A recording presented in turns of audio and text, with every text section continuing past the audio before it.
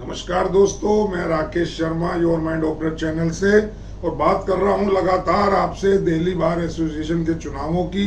30,000 court complex में चुनावों की जो सरगर्मियां हैं बहुत तेजी से बढ़ रही हैं और 24 अगस्त को चुनाव होना है। कल से नॉमिनेशन की प्रक्रिया शुरू हो जाएगी। बहुत सारे कैंडिडेट्स कल ही नॉमिनेशन अपना फाइल करेंगे और मैं लगातार आपकी बात, वोटर्स की बात कैंडिडेट्स के सामने कर रहा हूं। उनके सवालात आप लोगों के मैं कैंडिडेट से करता हूं, जो लोग उम्मीदवार हैं, चुनाव मैदान में कूदे हुए हैं। मैं उनसे सवालात करता हूं आपके, और जवाब उनसे रूबरू आपके सामने करवाता हूं और उसके बाद आप पर डिसीजन छोड़ता हूं कि डिसाइड आप करें कि आप उनके जवाबों में कितनी सच्चाई महसूस करते हैं, कितना वो ठीक बोल रहे हैं, कितना वो आपकी जो एक्सपेक्टेशंस हैं उसमें खरे उतर रहे हैं। ये आपने और मैंने और हर वोटर ने तय करना है। कैंडिडेट सभी अपने अपने ढंग से काम कर रहे हैं, मन लुभावने वायदे कर रहे हैं, बहुत बढ़िया बढ़िया पोस्टर डाल रहे हैं, बहुत बढ़िया बढ़िया ज्ञान की पोस्टर डालते हैं, बहुत झूठी मुस्कानें और हंसी और गले मिलना और ये सब आप रोज देख रहे हैं। तो उन सब के बीच में भी हम जो कड़वे सवाल वोटर्स की तरफ से पूछते हैं वो मैं आपके सामने हूं। और मैं आज इसी कड़ी में बहुत ही मजबूत पोस्ट के लिए जो उम्मीदवार हैं, honorary secretary of the bar, उसके लिए जो कंटेस्ट कर रहे हैं अतुल शर्मा जी, मैं उनसे आपकी बातचीत कराऊंगा।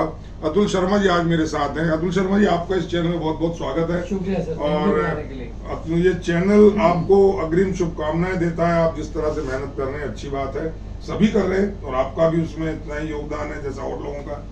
मैं बहुत सारे सवाल आपसे करूं इससे पहले मैं पूछूंगा, आपका 20 साल का लगभग यहाँ वर्किंग हो गया है इस बार में, तो इन 20 सालों में as an member of this bar आपने किस तरह की समस्याएं आपको जहन में आती हैं कि जो अगर आप बार में आए तो उनके लिए आप दूर करेंगे या कोशिश करेंगे, या आपके दिमाग में है कि मैं अगर बार में आ जाता हूं तो मैं इन समस्याओं को दूर कर पाऊंगा अपने मेंबर्स?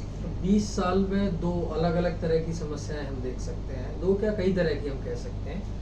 एडमिनिस्ट्रेटिव अलग तरह की समस्या है, बेसिक एमिनिटीज की समस्याएं अलग तरह से अलग डेवलप हुई हैं, और जुडिशियल एटीट्यूड, जो जुडिशियल ऑफिसर्स का एटीट्यूड है वो बिल्कुल अलग तरह से डेवलप हुआ है। जब बार में मैं आया 2003 में, और आज मैं देखता हूँ उनका कंडक्ट हमारे मेंबर्स के लिए ठीक नहीं है। उसकी वजह बहुत सारी हो सकती है। पहली वजह तो ये हो सकती है कि उनको 3 साल की पहले मैंडेटरी थी कि वो प्रैक्टिस करें, तो वो जानते थे कि बार की समस्या क्या है, मेंबर्स की क्या समस्या है, और उन मेंबर्स की समस्याओं के बेसिस पे वो आगे मानते थे कि किस तरह से एडवोकेट फेस करते हैं चीज़ों को। बाइफर्केशन की वजह से भी ये दिक्कतें आई हैं। कोई जुडिशियल ऑफिसर एडामेंट है, वो आपको कोऑपरेट नहीं करना चाहते, ना करते।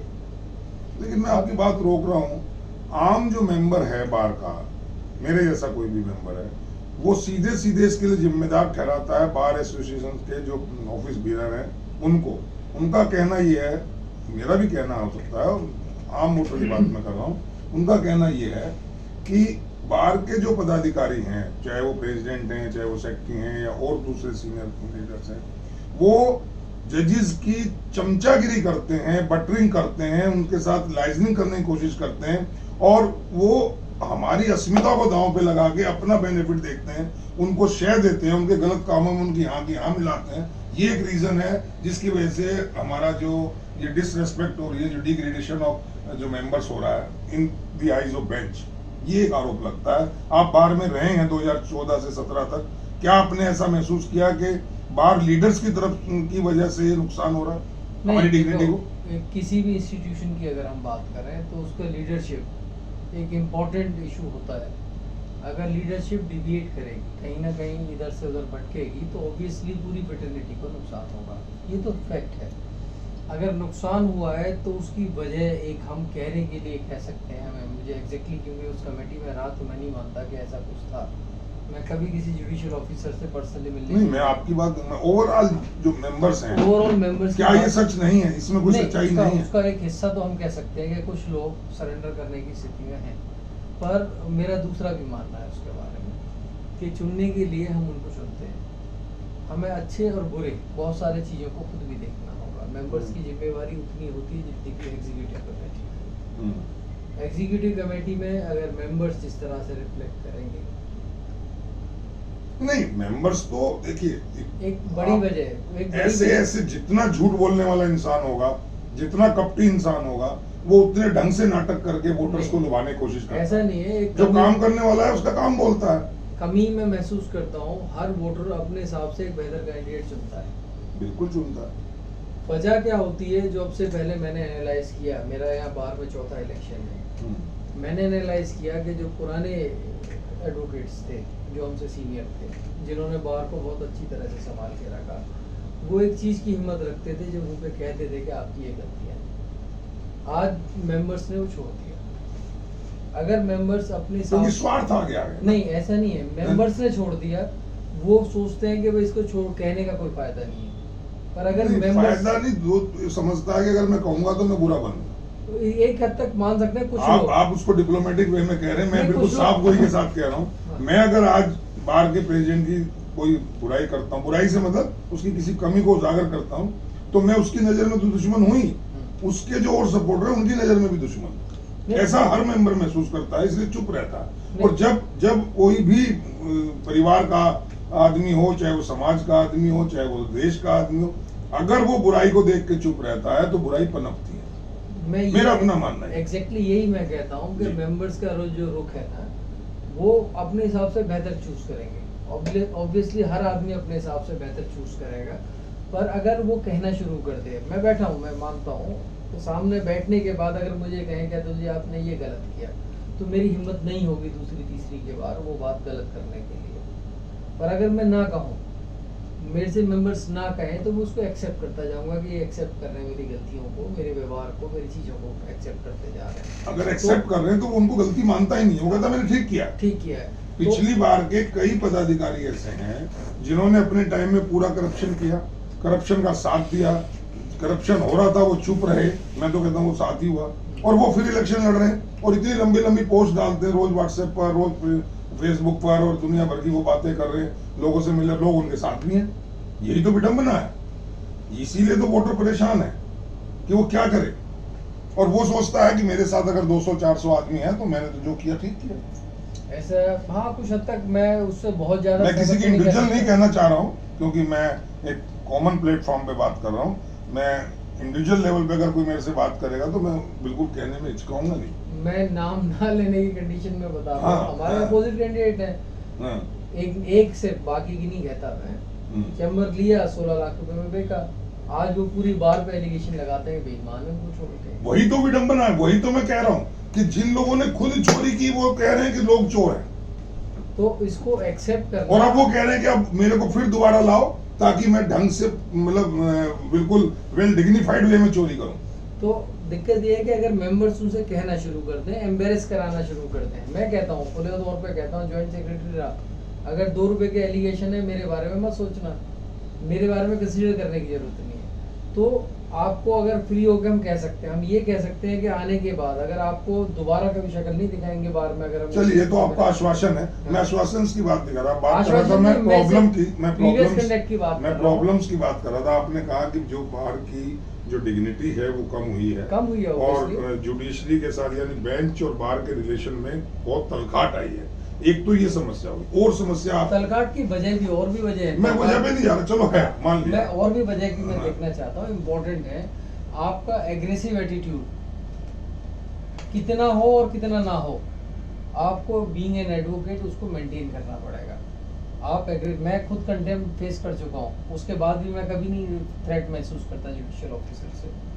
आपको मेंटेन करना पड़ेगा कि आप अपने एटीट्यूड को कितना एग्रेसिव बनाएंगे और कितना तो बार में अगर आप आते हैं तो उस डिग्निटी को अप करने में आप कुछ डेफिनेटली काम कोशिश डेफिनेटली करें। डेफिनेटली चलिए, करेंगे। और समस्या आप मेजर क्या दूसरी- समस्या है? दूसरी मेजर समस्याओं के तौर पे मैं पार्किंग की समस्याओं को एक देखता हूँ, और ठीक है। वो आपको नजर आने के लिए सभी जगह पूरी दिल्ली में, पर यहाँ इम्पोर्टेंट इसलिए है कि अगर आप 10:20 पे कोर्ट में एंटर करते हैं तो आप करीबन 12 बजे तक कोर्ट पहुँच पाएंगे। आपके मैटर का टाइमिंग अगर हम इफेक्टिव टाइम देखें तो 10 बजे से लेके और 12 बजे के 12:30 के आसपास मैटर होते हैं, फिनिश हो चुके होते हैं, बाकी मिसलिनियस मैटर बचते हैं। तो यानी कि इफेक्टिव टाइम आप पार्क में वेट करते हुए करेंगे पार्किंग का।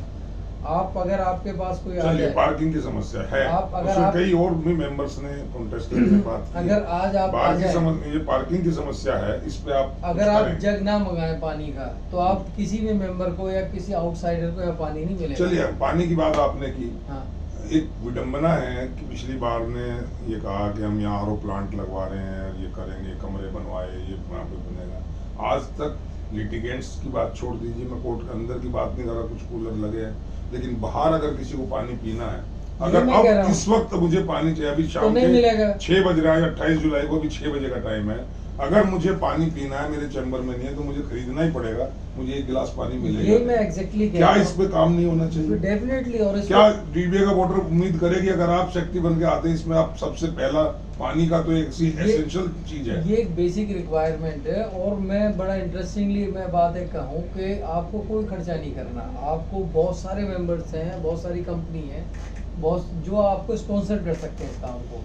डीबीए का कोई खर्चा ये नहीं। जब आप 14 में थे, ये बात तब नहीं नहीं, उठी थी, 14 से 17 कुछ स्पॉन्सर नहीं, किए भी थे, तब ये पानी का बात लगे नहीं थे, बनी। लगे थे वाटर कूलर। और जो जगह है मैं वो भी बता सकता हूँ कहाँ कहाँ लगे थे। तो वो जो वाटर कूलर लगे थे, उस जगह आज को maintenance हटा ना हो- करके और आज- उसको चैम्बर बना दिए गए, ऐसा नहीं। सुनने में आया। वो तो कुछ अलग स्थिति है, वहाँ नहीं बने। मेरे पास कुछ लोगों ने कहा कि एक नहीं, प्याऊ एक टाइप प्याऊ थी, बना, वो उस अलग प्याऊ चीज है। को तोड़ के वहाँ चैम्बर बना के बेच दिए। उस पे मैं इसलिए नहीं कह सकता कि वो प्याऊ जो था उस पे वाटर कूलर नहीं लगा था।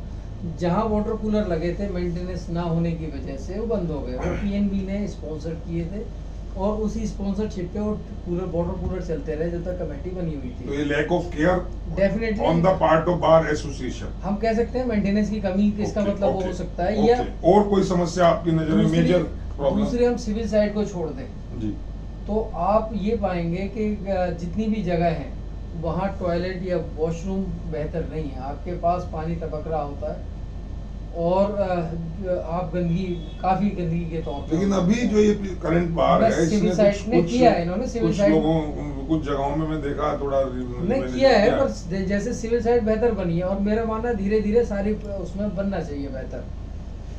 ये जिस तरह से यहाँ से शुरुआत हुई है, हो सकता है, मैं मानता हूँ कमेटी ने यहाँ से शुरुआत की हो आगे के लिए, पर यह शुरुआत हो चुकी है। इसी तरह की फैसिलिटी बहुत सारे लेडीज मेंबर मेंबर हैं हमारी, जो बच्चियां हैं, हमारी बहनें हैं जो यहाँ प्रैक्टिस कर रही हैं। उनकी समस्या ये है कि उनको ये लगता है 5 बजे के बाद वो अपने आप को यहाँ सिक्योर फील नहीं करती। कईयों ने ऑन कैमरा भी कहा है कि जब हम यहाँ 5 या 6 काम में बच जाते हैं, अगले दिन मान लो कोई बेल है, कोई काम है, 7 बज गए, तो हम डरती हैं, कोशिश करती है कि कोई हमें, हमारा मेल कुलीग जो है वो बस स्टैंड तक या मेट्रो तक या कहीं डेस्टिनेशन तक हमें पहुंचा के आए। तो ये जो सिक्योरिटी का जो एक पॉइंट है, ये आपकी नजर में है?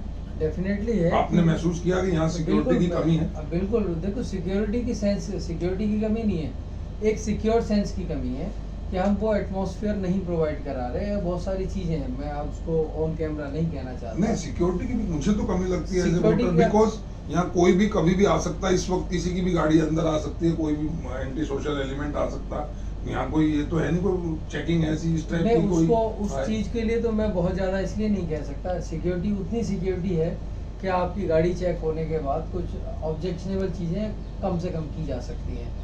पर हम कहें एंटी सोशल एलिमेंट, तो कई लोग हैं जो क्लाइंट है वकीलों के, वो एंटी सिविलिटी सपोज बेल लगाने आते हैं। लेकिन एक ओवरऑल इंप्रेशन ये रहता है कि पर एक सिक्योर एटमॉस्फेयर नहीं। वो अलग अलग चीज है। सिक्योर एटमॉस्फेयर नहीं है, मैं उसके लिए एग्री करता हूँ। सिक्योरिटी है, सिक्योर वो एटमॉस्फेयर में आपके कमी है, एजेंडे में है कहीं कि डेफिनेटली आप है, उसमें कुछ काम डेफिनेटली करेंगे है। अगर आते हैं तो? फीमेल्स की जो शिकायतें हैं, फीमेल्स की जो दिक्कतें हैं, वो मेल्स के मुकाबले अलग होती है। चलिए, आप भी किसी जमाने में जूनियर रहे, किसी के साथ एसोसिएट रहे। अभी आपके पास बहुत सारे जूनियर मैं देखता हूँ, जब आप कोर्ट में जाते हैं तो बहुत सारे लोग आपके साथ होते हैं। आज जो यंगस्टर है हमारा, जो छोटे बच्चे, जो बच्चे आ रहे हैं, बच्चियाँ आ रही हैं, उनको एक सबसे बड़ी प्रॉब्लम है कि उनको फाइनेंशियल असिस्टेंस नहीं है। उसको नंबर 2, जुडिशरी की तरफ से उनको रेस्पेक्ट बिल्कुल नहीं है। उनको इस तरह ट्रीट किया जाता है जैसे कभी आज से 20 साल 15 साल पहले मुंशी जी को कह देता था, मजिस्ट्रेट कह देते थे कि भाई जाइए अपने वकील को बुलाइए। पहले तो उनका बोलने का ढंग ही होता है, अपने वकील को बुलाइए। वकील इज अ कोर्ट ऑफिसर, वकील इज नॉट ए कोई हॉकर नहीं है कि जाइए आप उसको बुला लें। इस तरह का बिहेवियर हम भी रोज देखते हैं। और आज जो यंगस्टर है उसके अंदर ये बड़ी कुंठा है। क्या अगर आप आते हैं, आपको यंगस्टर यहाँ का चुनता है, तो आप उसके बारे में कोई आपका विजन है कि आप किस तरीके से Definitely. उसको मतलब इंक्रीज करेंगे, उसकी डिग्निटी को बढ़ाएंगे, या Definitely फाइनेंशियल असिस्टेंस मिले, ऐसा कुछ करेंगे? सबसे पहले मैंने कहा फाइनेंशियल असिस्टेंस की जहाँ तक चीज़ है, दो तरह से हम इसको देख सकते हैं। आप किसी सीनियर के पास उनको एसोसिएट कराएं जो फाइनेंशियली उनकी सपोर्ट कर सके, ये पहला हो गया। असिस्टेंस फाइनेंशियल जरूरी नहीं है सभी मेंबर्स को चाहिए, क्योंकि कुछ सीखने का मतलब से भी आते हैं जिनके फाइनेंशियली कोई कमी नहीं है, वो अपने सीनियर से भी जाते नहीं सर, देखिए मैं मैं कुछ और इत्तेफाक कह रहा रखता हूँ। हूँ, कितना मैं भी कुछ और- अमीर हो, कितना भी अमीर होगा, कुछ और कहता अगर हूँ। वो घर से सूटेड बूटेड होके टाइट भी लगा के आया है, बैंड लगा के चल रहा है, तो वो ये उम्मीद तो करता है कि पूरे दिन अगर मैं खटूं, फाइलें उठाऊं, तो एटलीस्ट मेरी पॉकेट मनी तो मुझे सीनियर से मिले। इतना पॉकेट मनी तो ये ऑब्वियसली नहीं, मिलनी चाहिए, उसमें मैं मना नहीं पॉकेट करता। मनी, Pocket उसका money- आने जाने का मेट्रो का किराया, या वो स्कूटर से जा रहा है, मोटरसाइकिल से जा रहा है, एटलीस्ट नहीं स्टाइपेंड तो देखो, डबल ग्रेजुएशन के बाद भी अगर वो मजदूरी कर रहा है, चाहे वो 1 साल, 2 नहीं, साल, 5 मजदूरी नहीं साल, है, देखो दो चीजों को काम सीख रहा है। आपका कहना है, आप उसे मेरा मानना है- डिग्निफाइड में कहते हैं काम सीख रहा है, काम मैं तो- इत्तेफाक नहीं रखता। नहीं, दो काम चीजें हैं। सीख रहा है, लेकिन आपका काम तो कर रहा है ना, दो चीजें हैं, मैं उसको सीनियर का काम तो कर रहा है मैं ना। आप कुछ मानते और हैं कि नहीं कहना मानते? चाह रहा नहीं हूँ। नहीं, आप ये बताइए, आप मानते मैं हैं इस मना बात नहीं को? कर सकता, मैं इस चीज को मना नहीं आप कर रहा। डिप्लोमेटिक बात मत करिए ना, मैं आप ये आपसे- बताइए, मैं एक जूनियर हूँ, मैं घर से तैयार होके आता हूँ, बैग लेके, लंच लेके आता हूँ, मैं आपकी फाइलें पूरे दिन उठाता हूँ, कोर्ट में जाता हूँ, तारीख लेके आता हूँ। क्या मैं आपका कोई हेल्प नहीं कर रहा हूँ? काम सीख रहा हूँ, ये मेरा काम, चलो मैं आपसे गेन कर रहा हूँ लर्निंग, लेकिन क्या अर्निंग भी नहीं होनी चाहिए? थोड़ी चाहिए, मैं कम बिल्कुल- ज्यादा? नहीं मैं एग्री करता हूँ, आप उसको समझ पूरी जो मैं कहना चाह रहा हूँ नहीं, आप वोटर्स को समझाइए ना, उन आप- यंगस्टर को समझाइए, आप पूरी सुन रहे हैं आपकी बात को सब आप लोग। पूरी समझे। जी मैं एग्री करता हूँ कि जो भी यंगस्टर आए जी, एटलीस्ट स्टाइपेंड होने चाहिए, मिनिमम स्टाइपेंड होने चाहिए। वो क्या स्टाइपेंड होंगे वो डिपेंड करेगा कि भाई काम की नेचर क्या है और कौन कितने दे सकता है, पर होने चाहिए। इससे मैं- बेसिकली प्रिंसिपली हाँ, होना principally चाहिए, होना चाहिए। फ्री ऑफ कॉस्ट काम नहीं कराना चाहिए, फ्री स्लेव ऑफ की कॉस्ट तरह नहीं behave है, मत। दो चीजें हैं। एक वन को सेटिस्फाई करने के लिए, अपने आप को जस्टिफाई करने के लिए, मैं भी हूं चाहे, या आप भी हों, या कोई भी जो जिनकी फैक्ट्री, जिनके पास भी जूनियर काम कर रहे हैं, वो अपने आप को जस्टिफाई करते हैं ये कह के कि हम तो इनको सिखा रहे हैं। अरे सिखा रहे हो एक ठीक बात है, लेकिन 8 घंटे में आप 8 घंटे उसको सिखा नहीं रहे हो, आप 2 घंटे अपना भी काम करा रहे हो, कम से कम उसकी मजदूरी तो उसको देनी मिलनी चाहिए ना। आपको मजदूरी, मैं शब्द मैं मजदूरी इसलिए बोल रहा हूँ कि दुखी होकर बोल रहा हूँ, मुझे इसी पेन पे है objection है, ये मुझे- पेन है, उसको मैं फाइनेंशियल असिस्टेंस कहूँ, डिप्लोमेटिक वे में उसको फाइनेंशियल एड कहूँ, या उसको एक स्टाइपेंड कहूँ, या उसको मैं कोई भी वर्ड आप दे सकते हैं, आप ज्यादा डिप्लोमेट हैं, मैं तो बहुत ओखा सा हूँ, लेकिन मैं उस पेन के हिसाब से बोल रहा हूँ कि लोग हमें कहते हैं कि इससे तो मजदूर अच्छे, हम कहीं और कोई नौकरी कर लेते, कहीं सिपाही लग जाते, कहीं कुछ और किसी क्लरिकल में लगे जाते, तो ये काम ना होता। हमने सोचा था बड़ा यहाँ ग्लैमर है, बड़ा काम सीखेंगे, वकील साहब लोग कहते हैं टाइटू लगा घूमेंगे, लेकिन ये कहीं ना कहीं चोट लगती है। नहीं डेफिनेटली लगती है। और ये मैं इसलिए कह रहा हूँ अतुल जी कि कोरोना के टाइम में मैंने लोगों को बिलखते देखा है, मैंने भी देखा। मैंने लोगों को इसी मेरे चैम्बर के सामने यहीं लाइन लगाए हुए 2 जून की रोटी के लिए, उनको अन्न के लिए, गेहूं के लिए, आटे मैंने के भी लिए लाइन में लगे हुए और जलील होते हुए देखा है कि यहाँ कुछ लोग उनकी वीडियोस बना रहे हैं। नहीं वो तो घटिया हरकत थी वीडियो बनाना, तो मैं इसलिए इस दर्द को आपके सामने बयान नहीं, कर रहा हूँ, मैं था because you are contesting for a very very dignitary post, honorary secretary, honorary word पूरे बार एसोसिएशन में जितने पदाधिकारी हैं, सिर्फ एक के ऑनररी साथ लगेगा। आपके साथ ही लगने वाला है, या जो भी उस पोस्ट पे आएगा उसके साथ लगने वाला है। जिस इंसिडेंट की आप कह रहे हैं उस दौरान भी मैं यहाँ था। जी चलिए, मैं फिर उस- बात बदलता हूँ, लंबी बात हो जाएगी। 20 साल के आपके इस कैरियर में लगभग मैं कोई 3 काम आप ऐसे बताइए अपने इन वोटर्स को, सब आपकी बात सुन रहे हैं, जो आपने एडवोकेट के वेलफेयर के लिए की है, जो आप अपने जैसे जजेस रिटायर होते हैं ना, वो कहते हैं ये इनका मार्केबल जजमेंट रहा है, बहुत ही स्टार जजमेंट रहे हैं, ऐसे में कोई 3 काम जिसमें आपको लगता हो आपने exclusively at large for the welfare of advocates काम किया। देखो एट लार्ज इस बड़े मुकाम पे तो मैं नहीं कह सकता, बहुत सारी चीज़ें, पर पार्टिसिपेशन मैं कह सकता हूँ, मेरा पार्टिसिपेशन बहुत जगह रहा। जितनी भी मूवमेंट रही बात की, मेरी याद में जितनी मूवमेंट रही है, उन सभी मूवमेंट में मेरा एक्टिव पार्टिसिपेशन रहा है। मसलन चाहे 2 करोड़ का जुडिक्शन हो, चाहे बाइफर्केशन का इशू हो, यंग थे हम, फिर भी पार्टिसिपेट हमने किया उसको लेके, या दूसरी जो भी मूवमेंट रही है।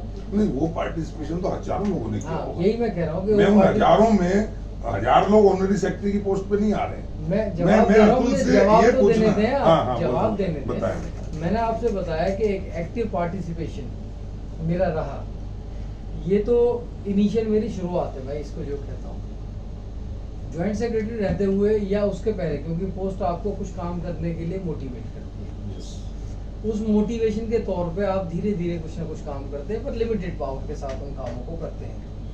मैं आज भी अगर देखूं तो मैं कई एडवोकेट्स के जो पर्सनल केसेस हैं उनको मैं करता हूं, फ्री ऑफ कॉस्ट करता हूं। मैंने किसी एडवोकेट से आज तक मैंने कोई फीस के पैसे नहीं रखे। मैं अगर उससे आगे फर्दर की बात करूं, मैंने वाटर कूलर का एक इशू बताया था। वाटर कूलर के लिए जो इनिशिएटिव था वो कहीं ना कहीं हमारा लिया हुआ इनिशिएटिव था।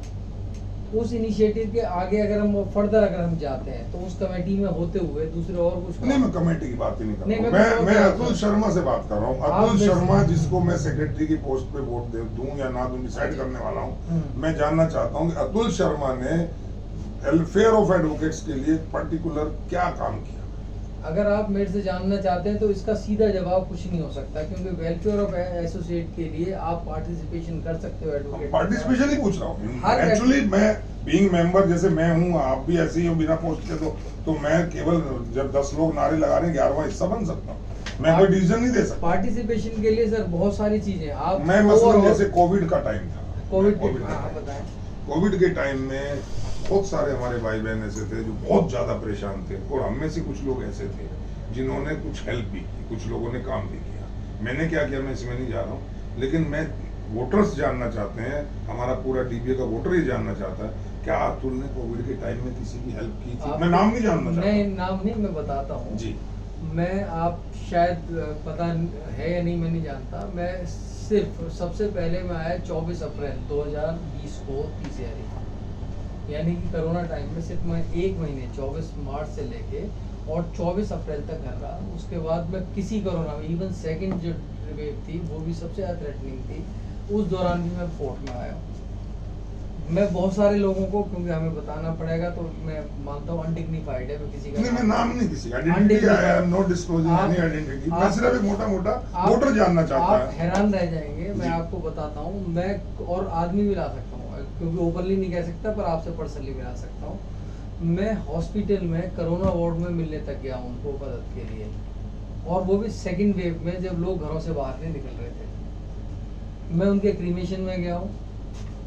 जो लोग अब आप लोकनायक अस्पताल की उस बात को मत करें जहाँ नहीं, मैं था, जहाँ आप नहीं। आए थे। मैं वहाँ की बात नहीं कर रहा हूँ। वहाँ हमारे जो 2 एडवोकेट एडमिट थे, वहाँ की बात नहीं कर रहा हूँ। मैं एक उसके- जनरल बात कर मैं जनरल बात कर रहा हूँ कि हाँ। मैं उस कंडीशन में जहाँ मुझे ये महसूस हुआ है, एक हमारे मेंबर थे कि वो लाइफ थ्रेटनिंग था उनके लिए, उसके बावजूद भी मुझे कोई दिक्कत नहीं हुई, हेजिटेशन नहीं हुई कि मैं वहाँ जाके हॉस्पिटल में जाऊँ। लोकनायक के अलावा बता रहा हूँ मैं आपको, सिर्फ एक हॉस्पिटल नहीं, कम से कम 3 हॉस्पिटल का नाम दे सकता हूँ मैं जहाँ गया।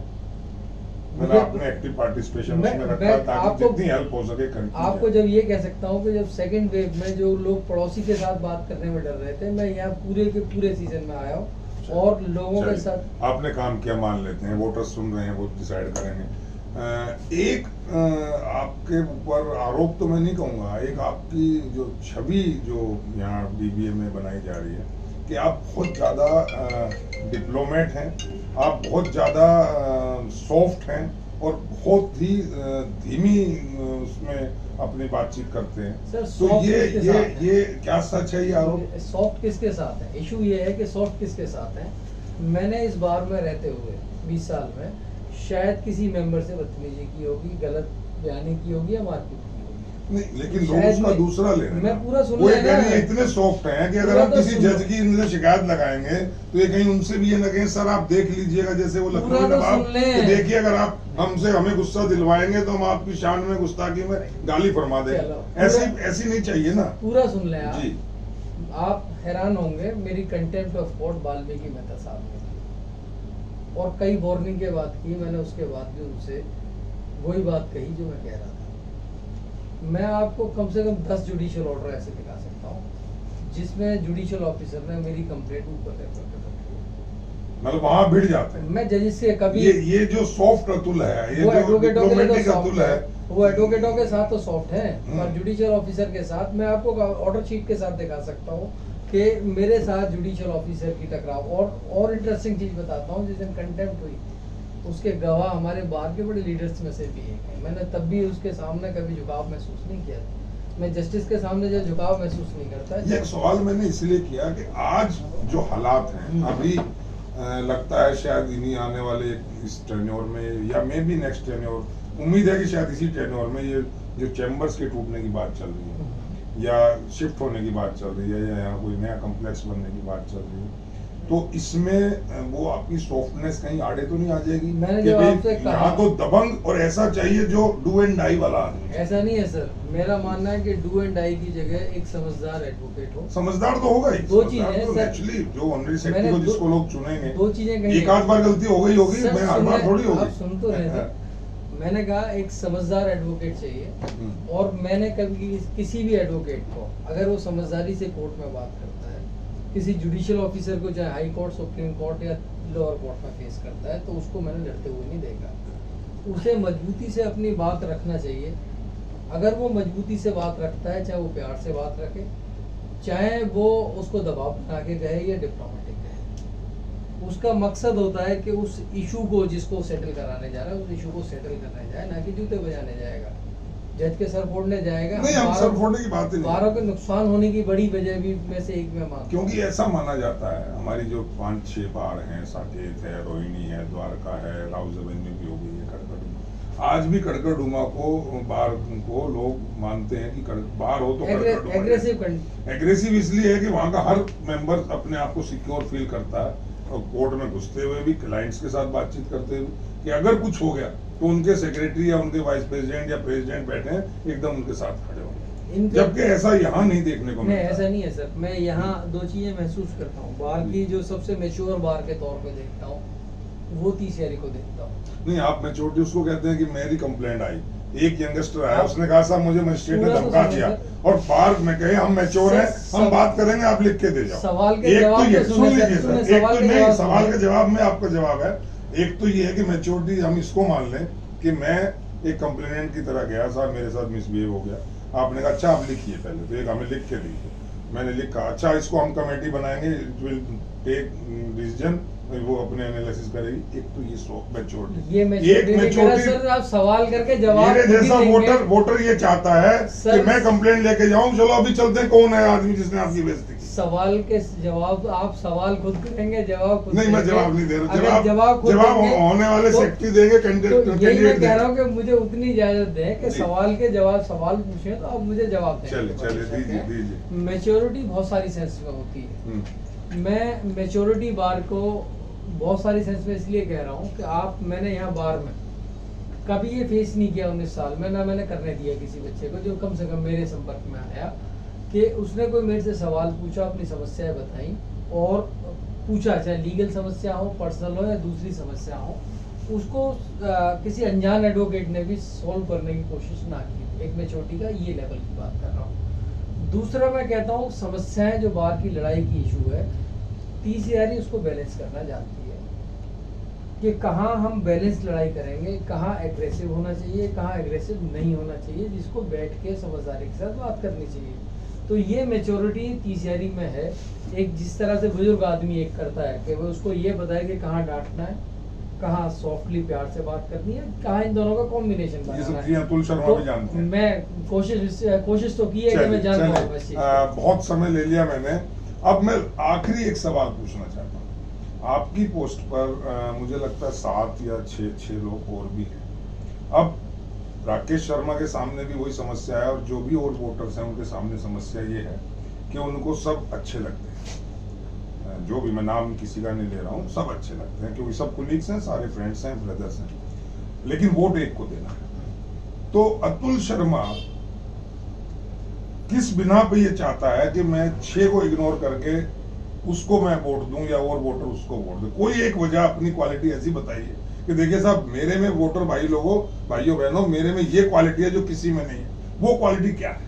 सबसे पहले बात शुरू करते में आपने ये कहा था कि जो नेता होते हैं ना बड़े लुहाब में बातें करते हैं। कर रहे हैं देख रहे हैं हम सुबह। और- जो नमस्ते नहीं लेते थे वो आज सर नमस्कार गले मिल रहे हैं, मुस्कुरा रहे हैं। वो देख के, जिनको देख के गाली देते थे हम लोगों को, वो आज मुस्कुरा रहे हैं। मैं देख रहा हूँ, हर वोटर देख रहा है।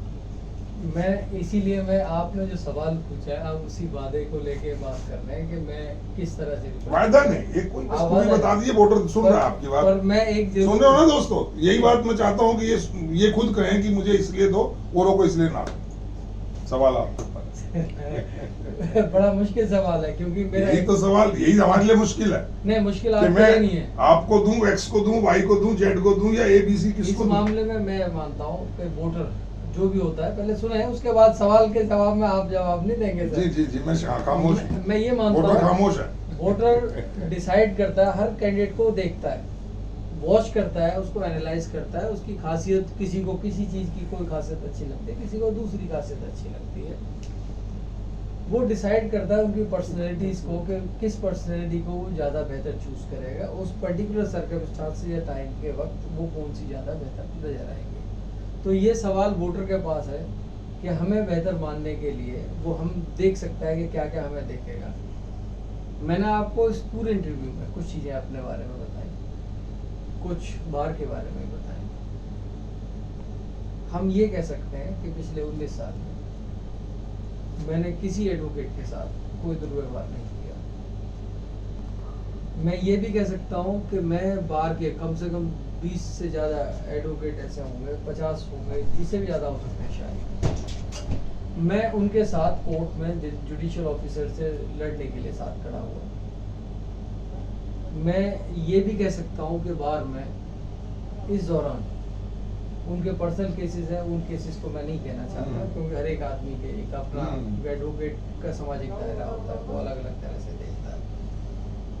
हमें बैलेंस रखना है और मैं कोशिश करूँगा 3 चीज़ों के बैलेंस रखने के लिए, और वोटर शायद उसको एक्सेप्ट करें। मैंने सबसे पहला बैलेंस रखना कि आप मेंबर्स के साथ व्यवहार ना, आप जुडिशियल ऑफिसर्स के सामने सॉफ्ट ना हो या बेईमान ना हो, आप बार को बेहतर भविष्य के लिए, नए बच्चों के लिए कुछ विजन के साथ आगे बढ़ें, उनको फर्दर ट्रेनिंग कैसे मिले।